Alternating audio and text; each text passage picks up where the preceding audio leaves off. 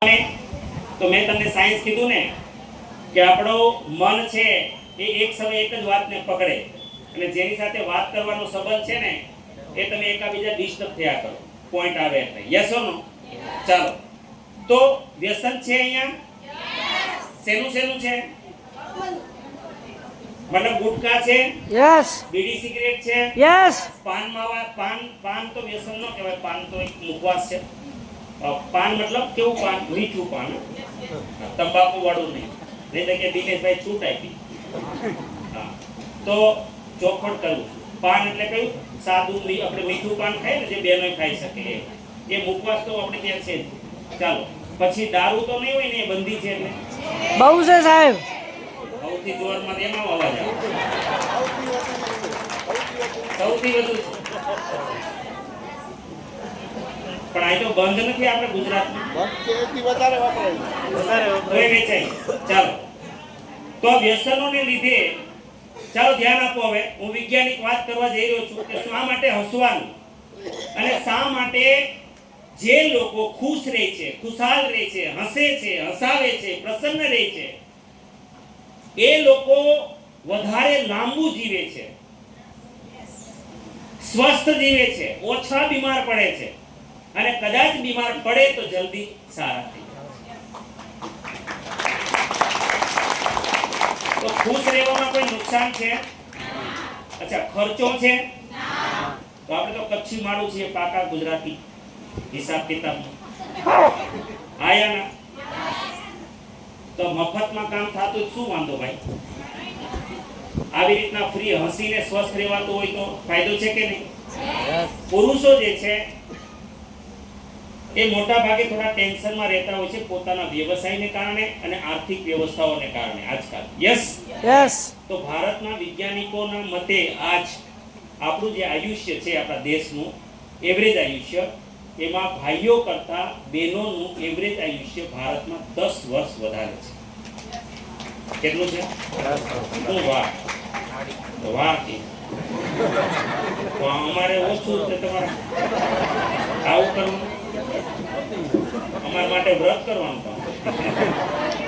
એટલે આ લોકો વ્રત કરે આપણા માટે ભાઈઓ આપણું 10 વર્ષ સુધાને ઓછું છે કારણ કે આપણી અંદર એક વ્યસન અને બીજું ટેન્શન શું છે વધારે આપણી પાસે વ્યસન અને બીજું ટેન્શન આપણે ખુશ નથી રહેતા તો ખુશ રહેવું પડશે ભાઈ પરિસ્થિતિ દુનિયામાં એક વાત સમજજો હું તમને બહુ મોટા ભ્રમમાંથી બહાર કાઢું જો કે મારું રોજનું કામ છે હું સવારે 5:30 વાગે પ્રોગ્રામ આપું 5:30 વાગે ડેઈલી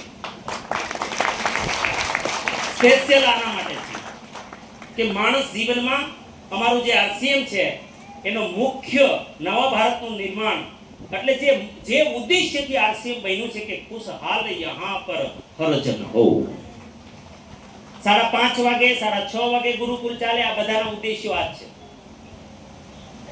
કે પુરુષ છે એ સ્વાભાવિક રીતે ટેન્શનમાં હોય પણ હું તમને સ્પષ્ટ કહું છું બહેનો કે ભાઈઓ બધાના માટે જીવનમાં કોઈ ઘટનાને લીધે દુખી ન થાઓ આપણે બધા મોટા ભાગે કોઈ પણ ઘટનાનો દોષ બીજાને આપીએ છીએ અને બિલકુલ સરાસર ઝૂઠ છે સરાસર ભ્રમ છે હું તમને સૈદ્ધાંતિક વાત કરું છું મારી સાથે જીવનમાં કોઈ પણ ઘટના ઘટે કોઈ પણ એવરીથિંગ એનીવન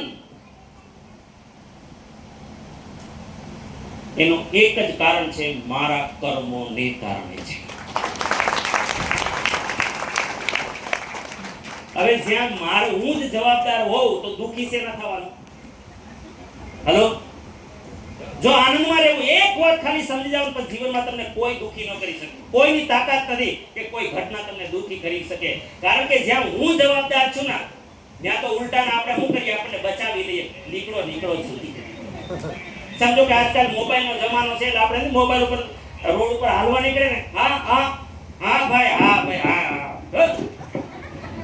થાંભલા હાથે ભટકાઈ જાય હાયાના કોઈ ખાડામાં પડી જાય તો આપણે શું કરીએ છીએ કોની ભૂલને લીધે ભટકાઈ ગયો ખાડામાં ઘૂસી ગયો તો શું કરે ખબર છે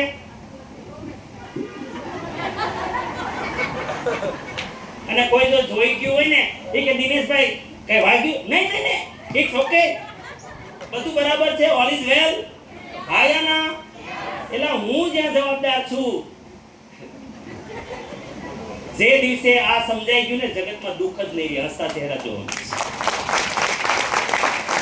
અને આ જ સત્ય છે તમને એમ લાગતું હોય કે નહીં પણ મારો વાંક જ નહોતો હું તો સીધો જાતો હતો અને વચ્ચે ઓલો પડ્યો આડો અરે તું ક્યારેક પડ્યો હોય ને તો ઈ જ શું કામ પડ્યો બીજો નહીં ભવિષ્ય પહેલા તું એને ક્યારેક આડો પડ્યો હતો ને એટલે આજ તારા આડો પડ્યો છે અરે તારે ખુશ થવું જોઈએ એક હિસાબ પૂરો થઈ ગયો મારા કર્મનો એક હિસાબ પૂરો થઈ ગયો સાહેબ તેથી દુખી ન થાઓ દુઃખ સમાધાન નથી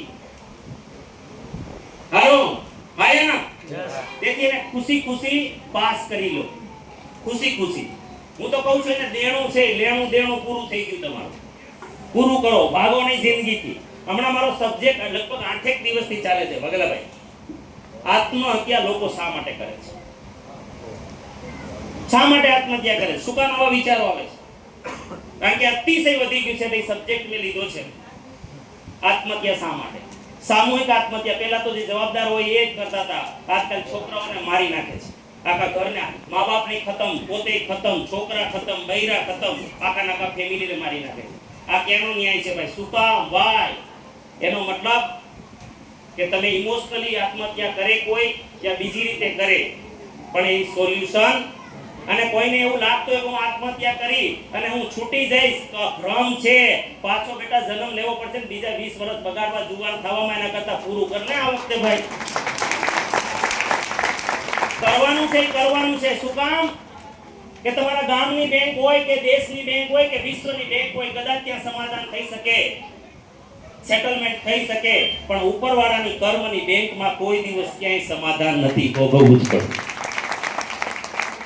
તો સાથીઓ ખુશ રહેતા શીખવું પડશે રહી શકશો એટલે અમારા આરસીએમ ની અંદર આવી જેટલા ભાઈ બહેનો આજ આરસીએમ માં આવ્યા છે અને એમાંય ખાસ કરીને જૂના છે ઈમાનદારીથી કેજો ઘરમાંથી રોગ ઓછા થયા કે ન થયા કોણ કોણ સહમત છે જો કેવા બધા થયા છે ને ઓછા તો તમે એવું નહીં માનતા ખાલી પ્રોડક્ટે કામ કર્યું છે આની સંઘ ભાવના એ પણ તમારું ટેન્શન ઓછું કર્યું છે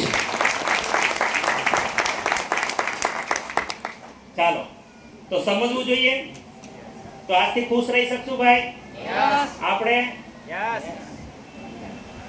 આપણે ખુશ રહેતા શીખી જાવ હા અને હવે છે ને જૂનું ભાઈ કાઢ નાખજો પહેલા કેવું હતું ખબર અમારી બાજુ હતું કાઠિયાવાડમાં કે ઘરમાં જ્યારે ઘરમાં આવે ને બાપુ તો સન્નાટો ફેલાય કોઈ ખૂણામાં ઘૂસી જાય કોઈ ખાટલા નીચે ઘૂસી જાય આયા ના જો ભાઈ આ જમાનો હવે ગયો હવે બંધ કરજો પહેલા કહેતા હતા કે હું ઘરમાં આવું ને પગ મૂકું તો બધું સુપડા સાફ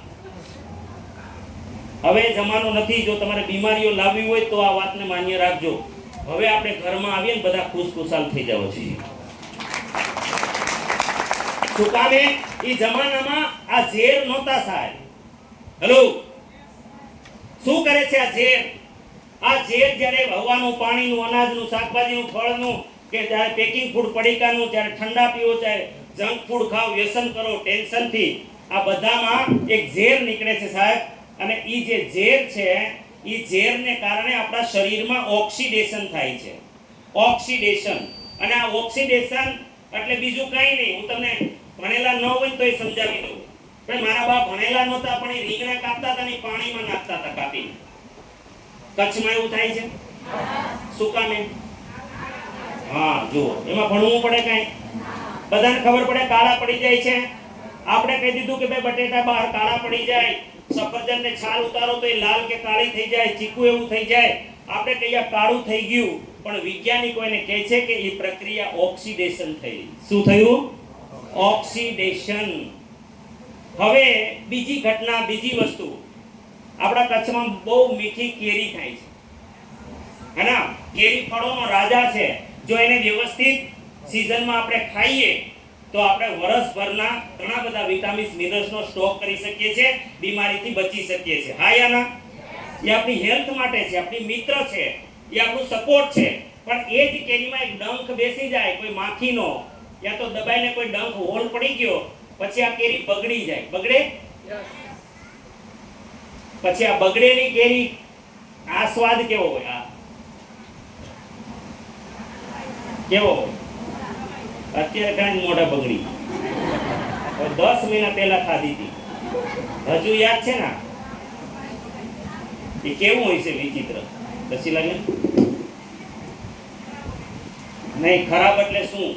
જે આપણું મિત્ર હતું એ કેવું થઈ ગયું? શરીરનું દુશ્મન થયું. આ જે બગડી ગયું એ આપણા શરીરમાં ઘટના બને.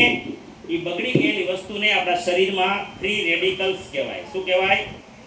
Free radicals. અને જ્યારે આ શરીરમાં વધી જાય ત્યારે માણસને 90 થી મોર ધેન 90 ડિસીઝ, 90 થી વધુ બીમારીઓ થાય.